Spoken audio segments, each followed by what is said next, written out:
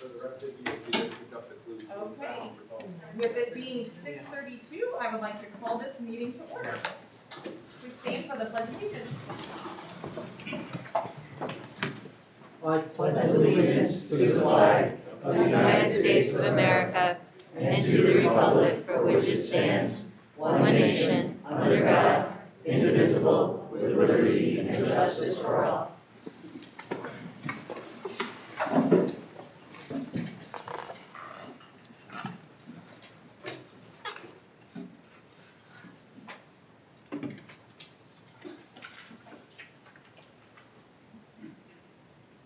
We'll be starting this meeting here with patron comments. Can everyone hear me?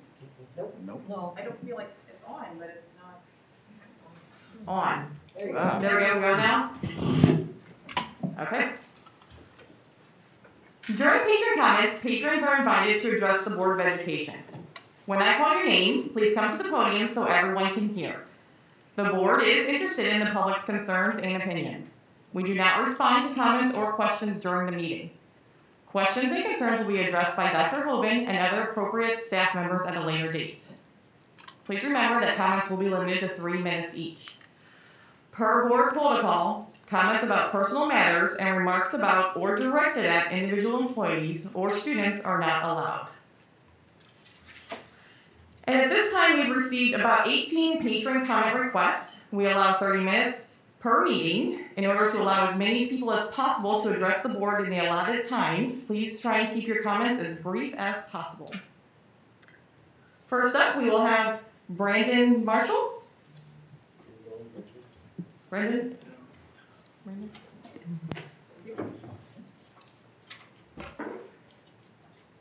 I'm a graduate from Francis South Central High School from the class of 2017 and a future educator studying at St. Charles Community College to be a Spanish teacher. Considering the fact that the only way that the board is thinking about saving money is by cutting any teachers and staff, is almost like the St. Louis Zoo saying that the only way for them to save money or make money is by making visitors pay upon entry, which is one of the only free zoos in the nation. Cutting teachers and staff is definitely not the right way to do it, as there are other ways to do that. The first way is by cutting your own funding to your groups and clubs of every school in the district and making parents pay for it and fund it. Another way is by making your FHSD funding for school activities parent funded as well and cut your funding for that too. That would save you guys a lot more money in the long run than cutting your own teachers and staff, because doing that makes bigger class sizes and puts a strain on their own colleagues in the process. If you implement both of these ways to save money, you will save hundreds of thousands of dollars per school year by not having to pay for clubs or groups and activities that are not already parent funded. Cutting your teachers and staff will not only have a significant impact on their colleagues, but it will also have a significant impact on your students as well. If you cut your teachers and staff, it will lead to bigger class sizes that will not only put a strain on your teachers and staff that you don't cut, it will also put a strain on your students in those bigger class sizes. I finish with this statement. You cut your teachers and staff, you lose your reputation of being one of the best districts in Missouri. Parents will complain because their children are feeling excluded in one of their bigger class sizes and will end up wanting to homeschool their children. Less children in your schools leads to FHSD's downfall and will eventually lead to the reputation of FHSD to be damaged. And that's it.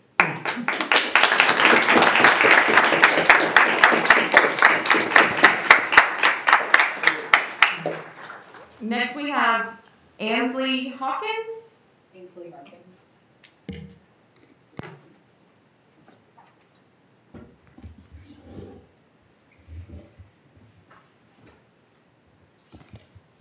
My name is Ainsley Harkins, and I'm a current senior at Hal High. I've been in the district going on for 13 years, and this is the first year I've ever had a black teacher. And that's embarrassing as it is for both the district and all of the students. This isn't just my first year having a black teacher because of scheduling, though. It's because at my high school, we haven't had a single black teacher until this year, my entire career there. Despite black students making up 6.9% of the student population, black teachers make up less than 1% of the total educators. As reported in September 16th by St. Louis Magazine, compared to 1,733 white student educators, there were 16 black educators total across the district. That is embarrassing, and it's horrible. And the district has said they're going to address this through equity. However, these staff cuts will harm that number as it is. I think that it's ironic that the same board that celebrates inclusion and diversity is set to vote on cuts that put all new black teachers on the chopping block during Black History Month. Despite black students there's a lot here. There are 67.25 proposed teacher cuts. And while these are FTEs, which mean they're staff position cuts, so while those might not be complete, all like those complete teachers, and there's been talk of like some teachers becoming substitute teachers, as any principal will know, if you lose an art teacher, or like if an art teacher retires, you can't just fill a position with a gym teacher. The numbers just don't match up like this. There's no magic solution. A district who preaches equity and inclusion can ignore its own actions which contribute to systematic racism, whether or not intentional. There's a culture at my high school, and it's so messed up. We have black guest speakers and diversity awareness groups, but then the guest speakers leave, the group meeting ends, and we go back to class. Recently, a group chat of House students with an icon of George Floyd with a noose around his neck was exposed, which had a Confederate flag as the background. The students were suspended. However, the moment they got back, they were met with a homecoming cheer. White students were celebrating their arrival back. So, yeah, they punished them, but we know where the students at our schools stand. And that's uncomfortable. That's not just uncomfortable to me, it's horrible. And as a white student, I know that. Do you know how embarrassing it is that a white 17-year-old has to get up here and educate, has to tell you about the racism in your own policies when you guys aren't even like acknowledging that yourself? I spoke to one of the board members and they said that they were going to forward my complaints to HR because they didn't know if what I was saying was true. They didn't know. Thank you, your time is up.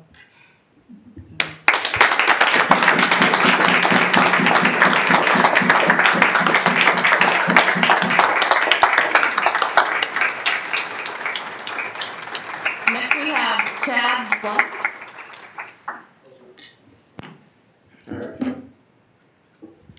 My name is Chad Blanky. I am a sophomore at Francis Howell North High School, and I can't stand the fact that you guys think that you can cut all of our teachers' funding. Well, a good portion. We're set to lose about 69 teachers through this cut, and I feel like that we could definitely save a lot more money in other ways. I think one of the best options that we have as a group to do is switching to a 4-day school week. This 4-day school week would cut the funding, it would cut the spendings on utilities, bills, gas, water, electric, as well as hourly wages and meals by a fifth, as we would not be going to school on that 5th day. It would also increase attendance to our schools, as people that want to schedule appointments, teachers and students, can schedule it on that missing day. It provides an extra day for students and teachers to ease their stress, allows teachers to plan, students to do homework, and find their place in the school with their grades and everything. If implemented, school days would be longer, and it would allow children that went to elementary schools to have their parents have extra time in case to pick them up. By adding this, most elementary schools would be getting out around 5, which would give parents an extra chance to get their children from school and not have to pay extra money to Vacation Station so that they could be watched at school. This would also include longevity of equipment. Buses are a great example. Then this would cut bus use by 1/5, as we would not be using the buses on that 5th day, and these would also be prolonged, which would save money in the long run. And not to mention the less amount of COVID exposure, because this is one day that students do not have to see other students and do not have to be exposed to COVID, as well as the money saved would allow class sizes to be lower, and allow less students to be exposed to other students. A couple of the difficulties with implementing a 4-day school week include students from low-income families looking for childcare and meal solutions. Over the summer break, I know that students of low-income families were able to get meals through a center, and I feel like that using non-perishable foods, we could get students meals that need it, as well as Vacation Station is a great option if we could cut the prices for students that have lower income. All right, that's all I have to say.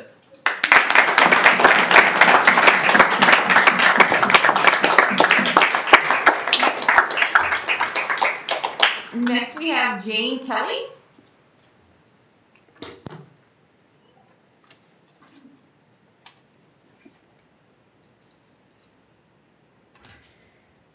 My name is Jane Kelly. I'm a social studies teacher at Francis Howell Central High School. I'm in my 5th year teaching at Francis Howell Central. While teaching at FHC, AP World History has grown from 1 section to 5 sections. Every June, I serve as a reader for the College Board. I was recently chosen to write questions for the multiple choice section of the AP World History exam.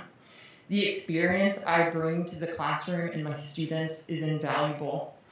In addition to this, I coach both girls and boys volleyball at FHC.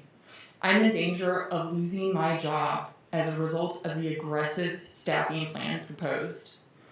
I am responsible for 130 students. What will happen to the sections I teach? Well, they will be absorbed by other teachers. Core classes at the high schools, which are being gutted by the proposed staffing plan, will most certainly see a dramatic increase in numbers, far more significant than the 1 to 2 student increase presented to you. Student exam scores on end of course and AP assessments will plummet. Kids' education will suffer. In a letter from the board dated November 6th, 2020, the board wrote the following: as your elected school board members, we do our best to listen, learn, and represent your interests. Like you, we live in the district, and many of us have children or grandchildren in our schools. The decisions we make as a school board are for you and them. A vote to approve this staffing plan nullifies the sentiment expressed by the board. Your children or grandchildren will experience the ramifications of this decision in subsequent school years. The community the school board represents has been vocal in their disdain for the egregious staffing cuts proposed. Listen to your constituents. Represent them. Vote no on the proposed staffing plan.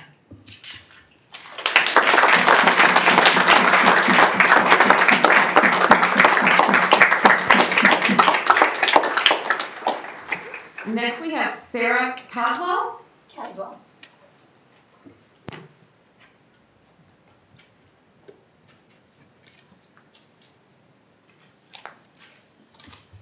Good evening, my name is Sarah Caswell. I teach kindergarten at Central Elementary, and I have the honor of representing all elementary teachers as I stand here today.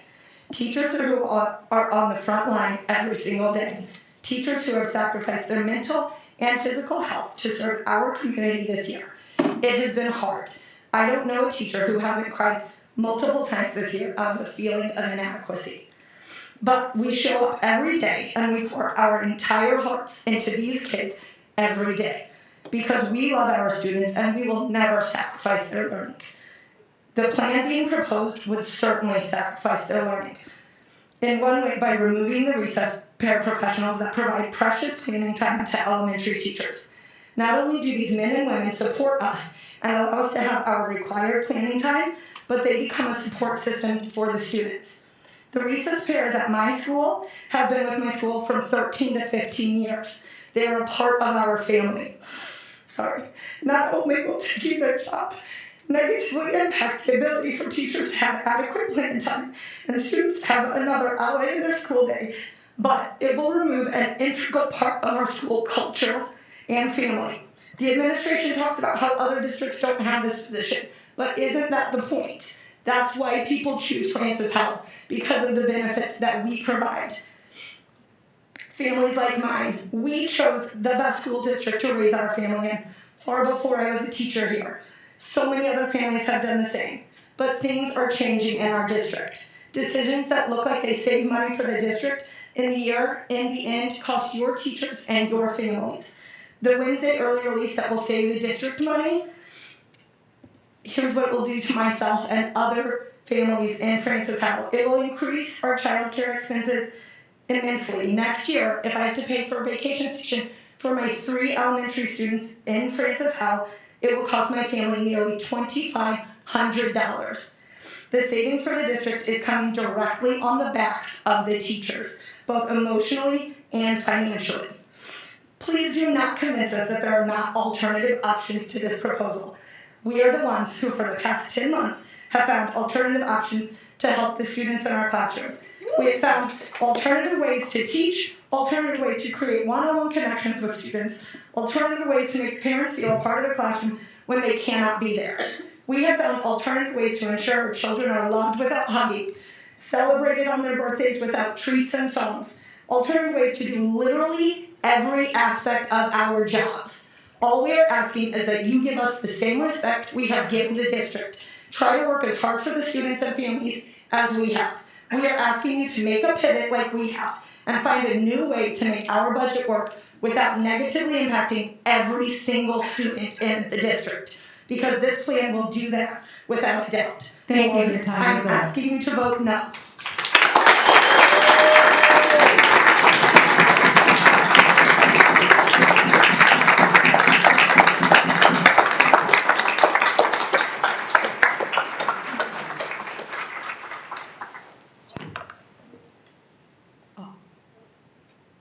Next up, we have Shelley Parks. Go Shelley!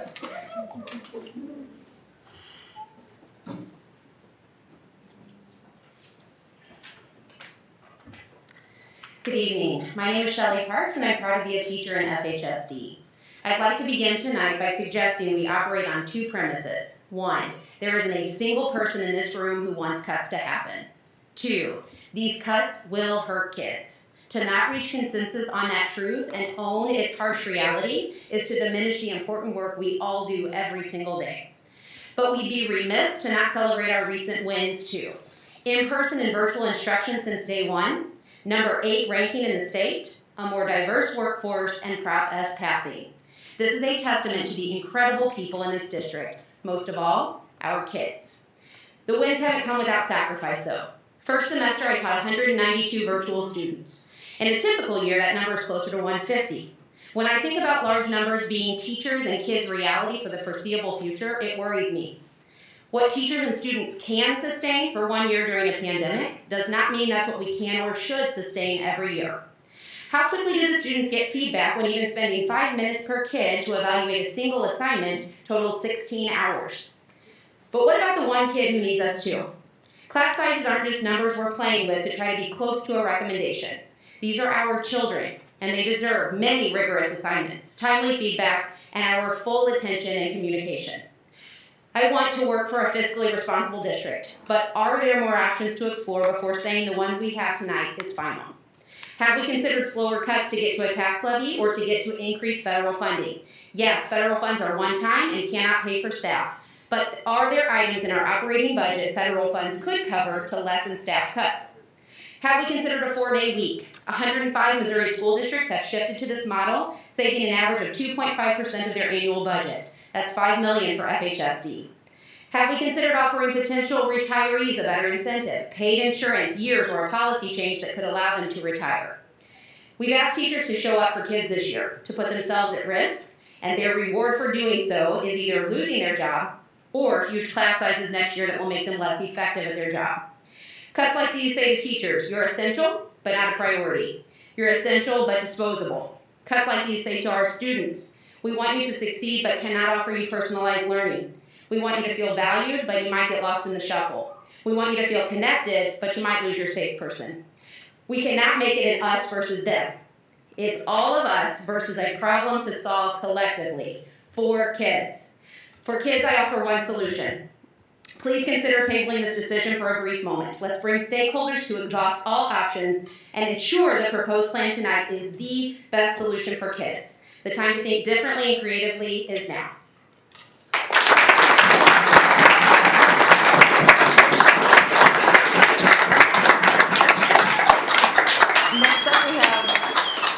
Next up we have Luke Eckhoff.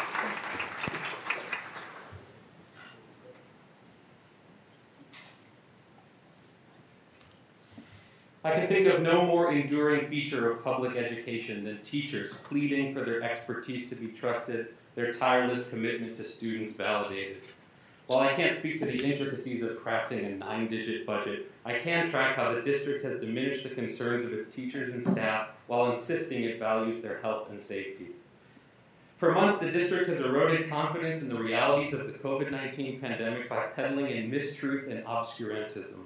Prior to the reopening of schools, you claimed that no specific data metrics or criteria for in-person learning were necessary, thereby ensuring COVID-related decisions are driven by political and economic pressures, and proving once and for all that Missouri is the show-me state unless what you're showing is scientific evidence. In November, a month after Dr. Hogan commented that quarantines are a product of CDC guidelines, the district contravened the CDC's recommendations by weakening quarantine measures. When pressed by teachers, board members took to social media to insist this was out of their hands, despite the fact that the county superintendents asked for this scientifically oblivious guidance to be adopted.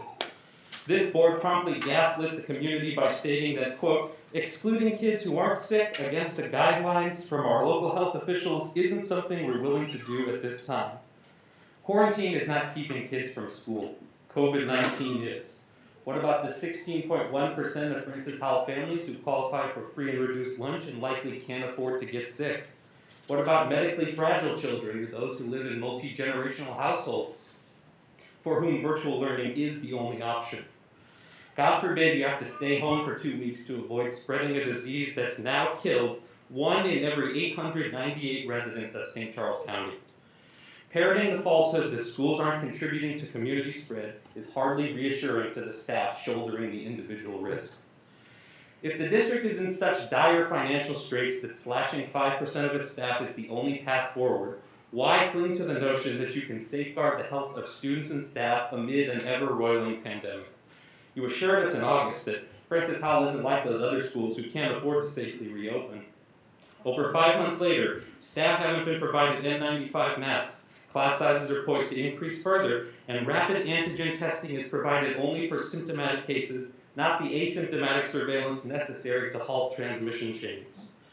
I once again implore the district to revert to previous quarantine procedures, at the very least until staff are vaccinated. Instead of presenting a unified board of unanimous votes, listen to the people who are on the front lines of education and embrace dissent. These budget cuts are mere canaries in the coal mine. We cannot continue to place the burdens of our society's failures on those who work in our chronically underfunded public schools. Thank you.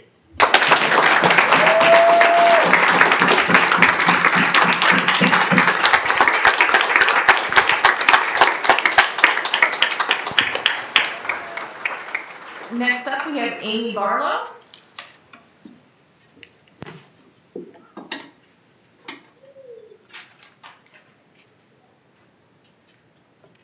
Hi, good evening. As a parent and a teacher in this district, what you are proposing is a horrible idea for students. You say you care about students, but that is obviously not the case. Children need boundaries, expectations, responsibility, accountability, and you have taken that away from them and put it all on the teachers.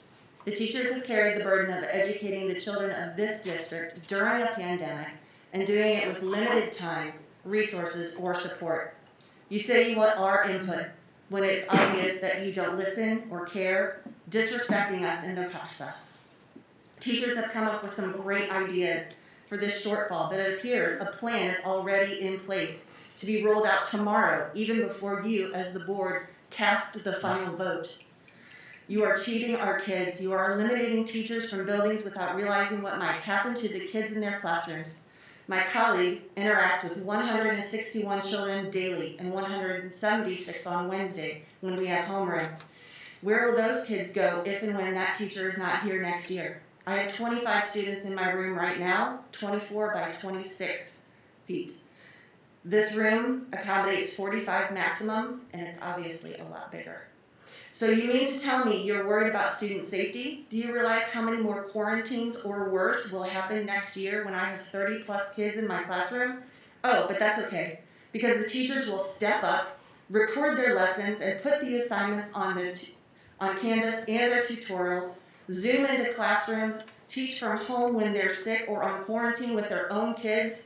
And then when students start failing, the teachers will have interventions. The teachers will give second chances and offer grace and forgive tests and quizzes altogether. But you say it's not all about academics. It's about the relationships that are important. Again, I call BS.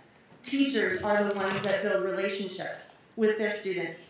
And that is so difficult to do over a computer screen. My own child chose virtual for first semester and many times felt disconnected from the class. But we wanted to make sure that their health and safety came first. And how many of you can remember a teacher that influenced you? I sure can. I remember that Mrs. Towson taught me to be brave and follow my heart. Coach Taylor taught me to never give up, keep trying, and to own my mistakes. Mr. Schaefer taught me the importance of standing up and speaking for people who can't do that for themselves. And Mr. Kettering taught me that a little academic competition in the class can be a good thing. You are taking away 12 positions from my building alone. You are taking away someone's Mr. Taylor, Mrs. Towson. And if those 12 teachers' numbers are anything like my colleagues, that's a lot of kids who might be missing their go-to person next year. Thank you.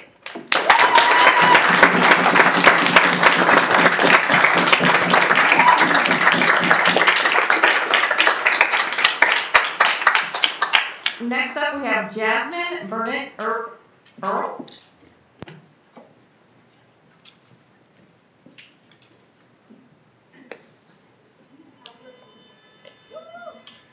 Hello, I'm an elementary music teacher in the district, a 2012 Francis Howell graduate, and a lifetime district community member. I am here today to ask you to vote no on the proposed staffing plan. While every cut in this plan is a huge loss for our district students, as a music teacher, I will speak specifically to the cut of the fine arts content leader. Per our district website, the fine arts are an integral part of our society, and as a discipline must be a component of the core curriculum for all students in grades K through 8 and a viable elective in grades 9 through 12. The fine arts content leader oversees and guides the curricula of all the K-12 fine arts programs in Francis Howell, which includes the elementary art classes and music classes, and secondary classes in band, choir, media arts, theater, and visual arts. These are all taught by over 85 dedicated fine arts teachers. It can be easy to overlook the importance and the impact the arts have in our lives and take it for granted in the learning of our students. But the art, music, and theater classrooms in Francis Howell are critical to the culture of our schools and the education of our students. Our district needs someone working to support the arts for students, staff, and the community, and our content leader is that person. She is a huge advocate for our students and teachers and has worked to help create courses and curriculum and provide resources that are engaging and relevant to today's students. It is important for Francis Howell to have a specifically fine arts content leader rather than splitting our areas among other content leaders whose plates are already full and who do not have arts background. An arts teacher has a lens that informs the details in the way decisions are made at the administration level. Without experiencing the difference in the way fine arts classes are run, it is not in the forefront of the way people think. To remove this position would be a huge mistake, and our students will feel the effects when there is no longer someone in the district working specifically to support the arts as a whole. At the elementary level, the special area teams already do not have a department chair, despite us serving the entire school throughout their time in kindergarten through 5th grade. We deserve representation and advocacy both in our buildings and at the district level, but the staffing plan presented stands to make it so we have neither. Because all students in our elementary schools have art and music classes, every student in the Francis Howell School District is directly impacted by fine arts teachers and the work of our content leader. Art, music, and theater are critical to the culture of Francis Howell, and removing the fine arts content leader would be a huge loss and a mistake. Please vote no this evening in support of our students. Francis Howell is better together, and cuts hurt kids. Thank you.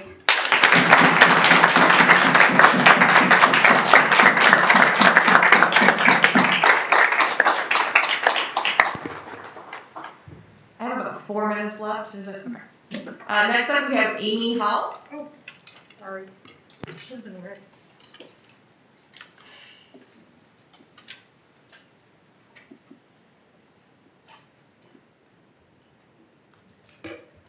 Hi, my name is Amy Howell, and this is my 28th year teaching at Henderson Elementary. I've had all the Walker kids, which is super, and I've also been able to work with Mr. Patrick Lane, the man, the myth, the legend. I wanted to talk tonight about time. Now is not the time for cuts. Administration will tell you that cuts will increase class sizes by 1 or 2 kids, but that's not how it works. When a grade level loses a teacher, that group of students has to be distributed to the teachers in that grade level, not throughout the district. Some grade levels may not get any additional kids per class, while others will get closer to 5 or more. It may average out to be 1 or 2 kids per class in our entire district, but in reality, it's putting about 5 more bodies into classrooms that are already wall-to-wall desks at 3 feet apart. Not 6 feet apart. With students a semester behind, now is not the time to max out those class sizes. If Vacation Station loses employees, they will not be able to support the influx of kids that will need to come on elementary early release Wednesdays. This program was our COVID savior. It was the first glimmer of normalcy for our families when their worlds were turned upside down. Now is not the time to reward that by cutting their positions. Our teacher contracted deans are the liaisons between our students and administration. They have built relationships with their students. This is a time when kids are dealing with loss and isolation more than ever. They need the stability and peace of mind that the dean roles provide. Now is not the time to limit this teacher contracted dean position and expect building administrators to pick up the slack. Now is not the time to use children as leverage for tax levies or make communities feel guilty for not passing them.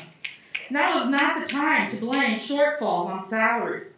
80% of our budget does go to salaries, but not all of those salaries are teachers. In this room alone, there could be maybe $1 million in non-contact student employees. The focus of the school year has always been about giving grace. Please listen to the voices of your teachers. We're asking you to look at options. Don't rush this. You have the opportunity right here, right now, to do the right thing. Your teachers are asking you for grace this year, and I think they've earned it. This is not the time for cuts. Cuts hurt our kids.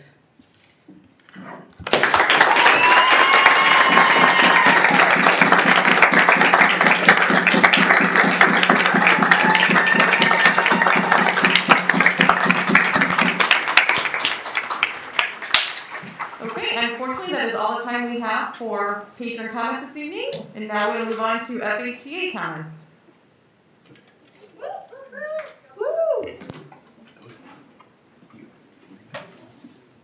Hold on.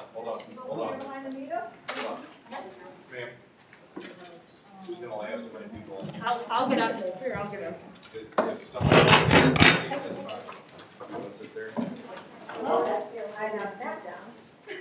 I can't have you standing up. You gotta.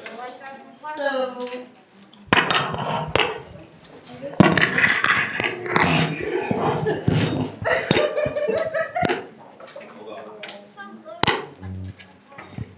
That goes like that. I don't know what happens here. Hold on. Something. Because I got a lot of people in You want me to hold it for you? I don't know what happens. Okay, I'm just gonna talk. Good. Maybe. I don't know. Anyway, I guess. Good evening. I would first like to thank administration for a collaborative first night of negotiations. We are all here tonight to speak because cuts hurt kids. We need to think about cuts that can be furthest away from the classroom, that still honor a well-rounded education for our students. Our students need access to rich fine arts curriculum as well as rich core curriculum. Years ago, we took away the elementary special area department chair position, and now we are removing the fine arts coordinator. What voice do our fine arts have now, and what direction are we moving in? We discussed budget and money that is just one-time money. We understand the concept of one-time money, but we have been down this road before. The purpose of the stimulus money is to help us during the shortfall, to pay for extra expenses like PPE that was provided due to COVID. We know that many of the plexiglass barriers were built and donated by the pipefitter union. Even the educational resources that were purchased are one-time expenses. These extra expenses should not have to hurt our bottom line, and they will not be ongoing expenses either. We will likely receive another $3.8 million in stimulus money from the December round of stimulus, which may pay for many of these expenses. We know that the federal government is working on another round of stimulus money right now. More money to fill gaps. Keep in mind the Prop C is a bright spot. The weighted daily average last year was $106, and this year it looks like it's going to be $1,025 dollars per student. And I'm sorry, I should have said 1,006. It's not going up that much. Many of our revenue sources will bounce back, and again, stimulus money is meant to fill gaps. We have to figure out a way to get off of this roller coaster ride. We're moving money over to capital projects. First it was $6 million, and now it's maybe $4 million.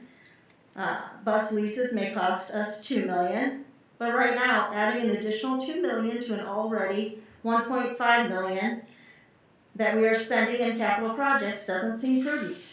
Maybe we wait to see how much stimulus money we have first. Our first responsibility is to give our students the best education that we can. That means having the best teachers and staff. It means being able to meet our students' social, emotional, and educational needs. That takes highly educated people to do that. We cannot expect to hire and retain highly educated people if our classes are large and if we keep threatening to cut people. Remember, this is an unprecedented time, and cuts hurt kids. And it's a shame that we keep cutting off FHEA.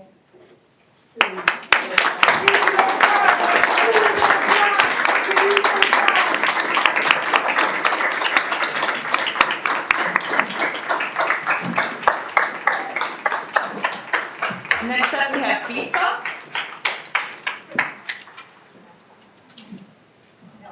Okay.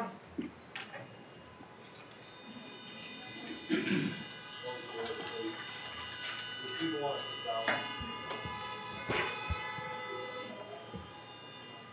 gonna wait a second here.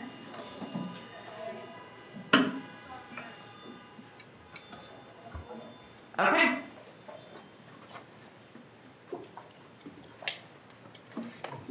Before we move on to the meeting, I'd like to thank all those who spoke tonight, who sent emails, and who have reached out in other ways to the board and to our district leaders. Even when things get tough, I am reminded just how lucky we are to be part of a community that cares about kids, cares about teachers, and cares about education. On behalf of the board, I wanted to let you know that we have heard your concerns. We have considered your ideas and alternative plans. We have heard some common themes like moving to a 4-day schedule, considering reductions in student transportation services, cutting extracurricular activities, and using more of our reserves. Over the next few days, we will be posting information about these topics and others to help you better understand the impacts of these suggestions. All right. Board, I would like to entertain a motion to approve the agenda for February 4th, 2021 as presented. Motion to approve. So moved. Second. All in favor? Aye. Board, I would like a motion to approve the purchases over $7,500 as presented. So moved. Second. Any discussion? All in favor? Aye. Any opposed? Motion carries. Board, I would like a motion to approve the personnel report as presented. So moved. Second. All in favor? Aye. Any opposed?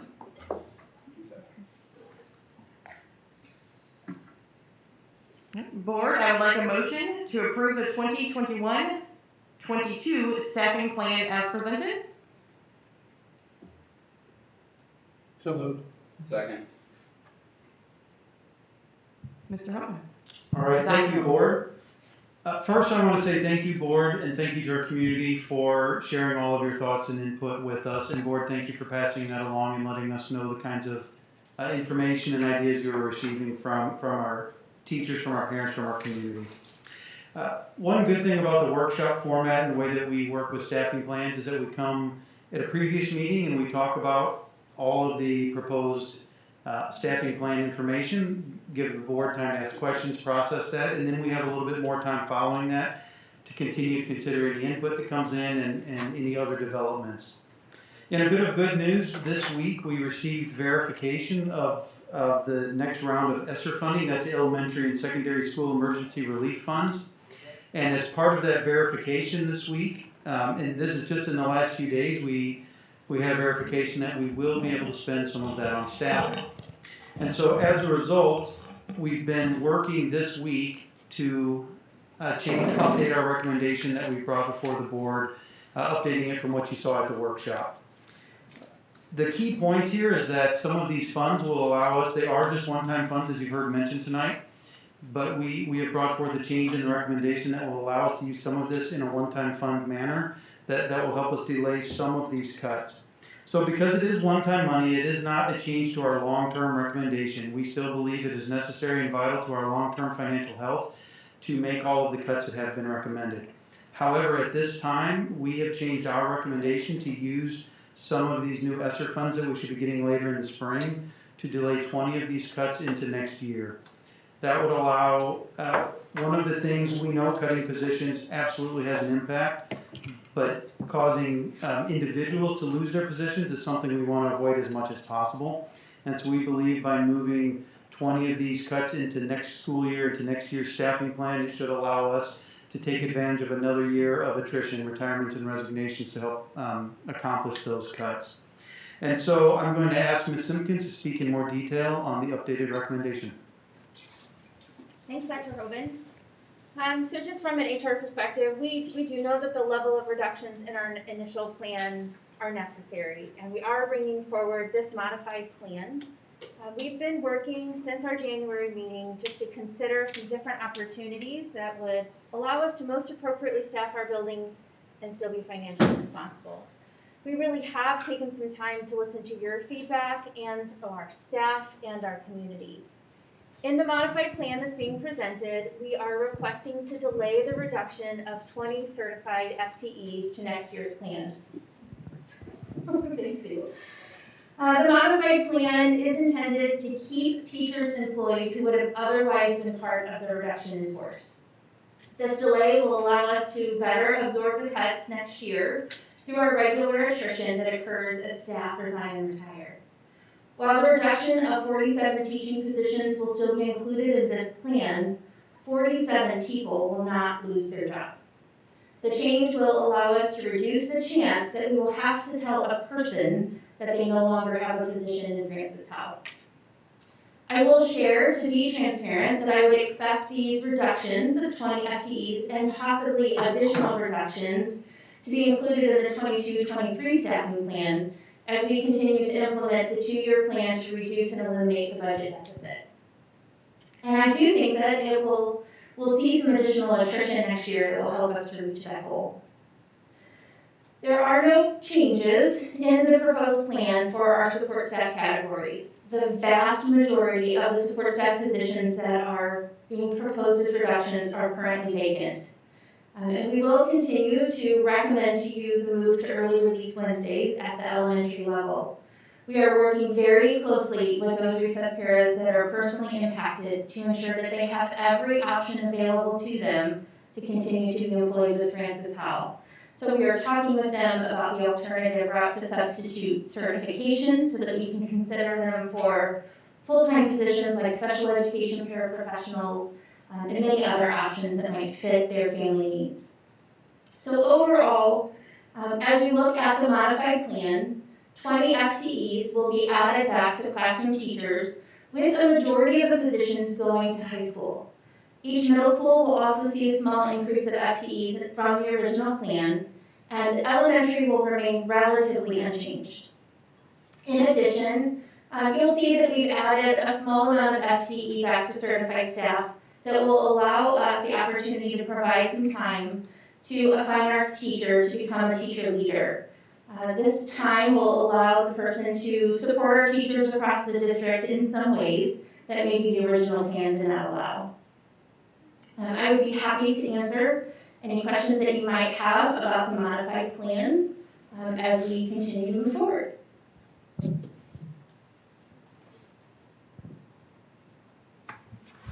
Mrs. Simpkins, I do have a question. When you talk about, so we're going to delay the 20 that you said that we're modifying this evening, that will give the district, the COVID, the community, everybody a year to be able to look at all the options available to us, like 4-day work weeks that we'll be looking at everything available to us at that time? Yes, I do think that as a district we'll come together to consider other options as we look to reduce the deficit in our budget, but I do believe that we'll still have some reductions necessary in our staffing plan as we move forward. Right. Do you want to add anything? Yeah, I would like to add, and those are all things we have already looked at, and so Okay. I don't anticipate that next year, we will continue, as we always would, to look at any options available. Okay. But those are all things we have already explored, and we will continue to look at all areas, but I don't know that I would expect a different answer on some of those other topics that we have already reviewed. But that will give us more time to see with COVID that our economy does. Okay, thank you very, very much. Mary Lang, I have 3 questions. Go for it. Can everybody hear him? Please repeat my questions. Number 1 is, what does this mean for our teachers that are on 1-year contracts? What does this mean for teachers who are on 1-year contracts? So each year, when we provide 1-year contracts to our teachers, there's no expectation or guarantee that those teachers will return to Francis Howell the following year. We make it very clear that they are a 1-year position and that they would be required to apply and interview for any openings that the district will have moving forward.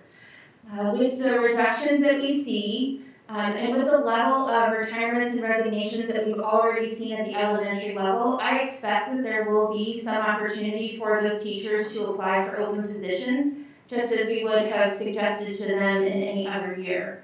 I can't guarantee that I'll have spots for every single one of them, but it's looking like at the elementary level at least that we'll have some opportunities. As we look at middle school and high school, I don't have as many retirements and resignations, but we'll do our best to make sure that our postings are up as soon as possible if we can't place teachers and have openings, and those 1-year teachers will be able to apply. Thank you. I've received more than one email, and I heard someone speak tonight about cuts to vacation station. My understanding of all that I've read is that we're really not cutting vacation station. We're just employing the staff that we need at the present time. If the need arises that we need more staff, you'll come to the board and we will hopefully elect more positions for the vacation station sites. So your question is about the staffing reductions at Vacation Station, and yes, you are correct. All of the positions that are being recommended in the proposal are currently vacant. So there is not a single Vacation Station employee that will be losing their job. The staffing, though, is still part of our salary budget, so we're eliminating the positions so that we can be more accurate with our salary budget. Vacation Station is a tuition-based program, so people that enroll in Vacation Station pay tuition, and that revenue then pays for the expenses of that program. If we see an increase in enrollment in Vacation Station, we said in our workshop last month that we will have to come to the board for some additional staffing in that program to be sure our ratios support a safe program. So as we see enrollment increase, we'll come back to the board and ask for those additional FTEs if needed to support a good program for our community and our families. Thank you. And then Lisa, this may not be a question for you. I'm a little confused as to what PDC looks like presently at the elementary schools and what it will look like next year. If someone could help explain that to me a little better. So Patrick, I think you're talking about professional learning communities, is that right? The Yes. PLC time? So I'll start and I'll let Dr. Buckman weigh in if she has some things that she'd like to say. So currently, our elementary teachers give up 1 hour of plan time on Wednesdays to meet in their professional learning community. That's different at the secondary level because we have early release Wednesdays. And so as students are released at the secondary level, our teachers are able to meet in their PLCs on that Wednesday. We're looking to follow that same model. So students will be released on Wednesdays and teachers will be able to meet in their PLCs once students are released. In doing that, the teachers will not have to give up a whole hour of plan time on Wednesday. And so we do know that we have some things to work through to make this model work. We're already beginning to convene a work group of teachers, administrators, and with FHA leadership and appointed teachers to come together to work through some of those questions, like making sure our teachers get their 25-minute duty-free lunch, their policy minutes for plan time, looking at elementary schedules. So we know we still have some things to work out, but we believe that we can do that within this model. And how often will the students have early release? So right now, I think it's about 22 Wednesdays throughout the year that we have early release. It's not every single Wednesday, but it's a good majority of them. And we publish that calendar early in the year so families can plan. We're also working with Vacation Station to develop some options for those early release days so that that can be part of the conversation to support daycare needs as well. Thank you.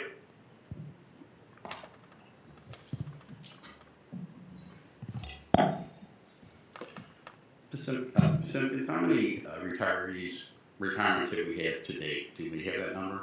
I do. I have 55 resignation retirements and 1-year-only positions so far this year. So we're proposing eliminating 47 FTEs, and we already have 55 retirements, but I understand that those won't always match up. Correct. Because of teaching certification. The teacher that came to the podium is absolutely correct, that sometimes you need to, you're looking to reduce a science teacher and you have a PE teacher that you need to place. And so sometimes those certifications don't match up. I will share with you in my history here at Francis how we had some significant cuts about 4 or 5 years ago, 30 to 40 for each of 2 years.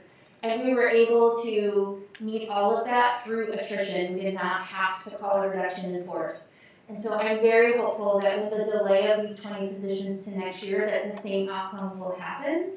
And while we might have, and I know this is stressful for everyone that's involved, whether that's switching grade levels or switching buildings, I'm very hopeful that we'll be seeing everyone placed in a position with minimal people losing their positions. And then is there some idea of the time frame that, you know, if the staffing plan is approved tonight, it'll go out, it'll start, you know, figuring out where everybody goes and everything. When would that be, like, communicated out to the individuals if there are or would not be any reductions? So as you know, we're already a month behind in our process. We did that on purpose to have some additional financial information to bring forward a plan that we thought was necessary. And so if the board approves our plan, we are ready to share the information with our building principals tomorrow. They'll take that information and they'll begin to staff their individual buildings. So high school already has some of those enrollments, middle school will start soon, Elementary is providing preference sheets to their teachers. And so through the month of February, our principals will work to create those individual plans.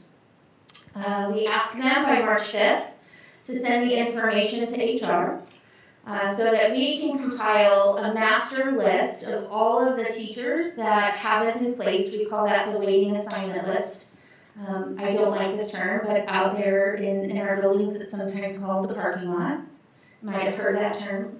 And then they'll also give me a list of all the openings, the vacant positions that they weren't able to fill within their building. And over that week of March 8th, I'll work to place those teachers into those openings. If I don't have an opening for that teacher, that's when we'll pull a district seniority list to be sure that it is not the least senior, that the least senior teacher would be impacted, not a more senior teacher. And we would expect that everyone would know how they are personally impacted by the plan before spring break. That is our goal. Thank you. Welcome.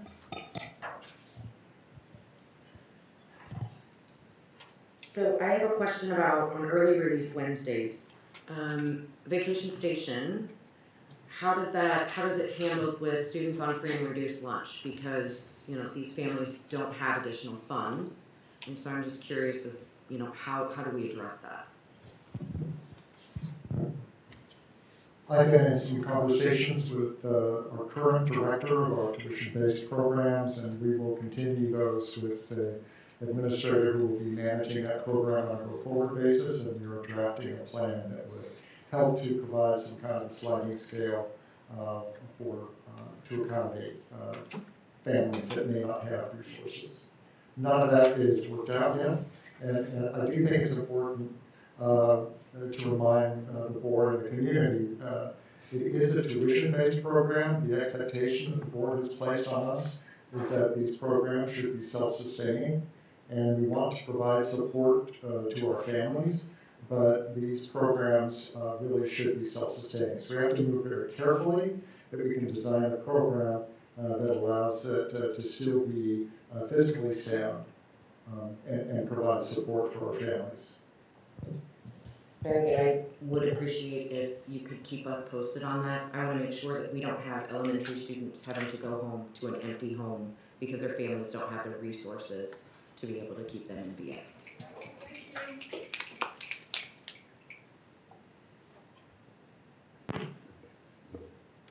Any other questions, comments?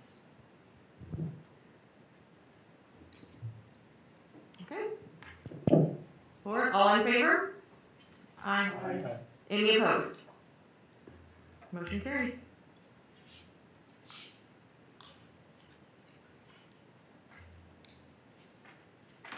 Board, as we were unable to complete our closed session, we will return back to closed session. So I would like a motion to return to closed session.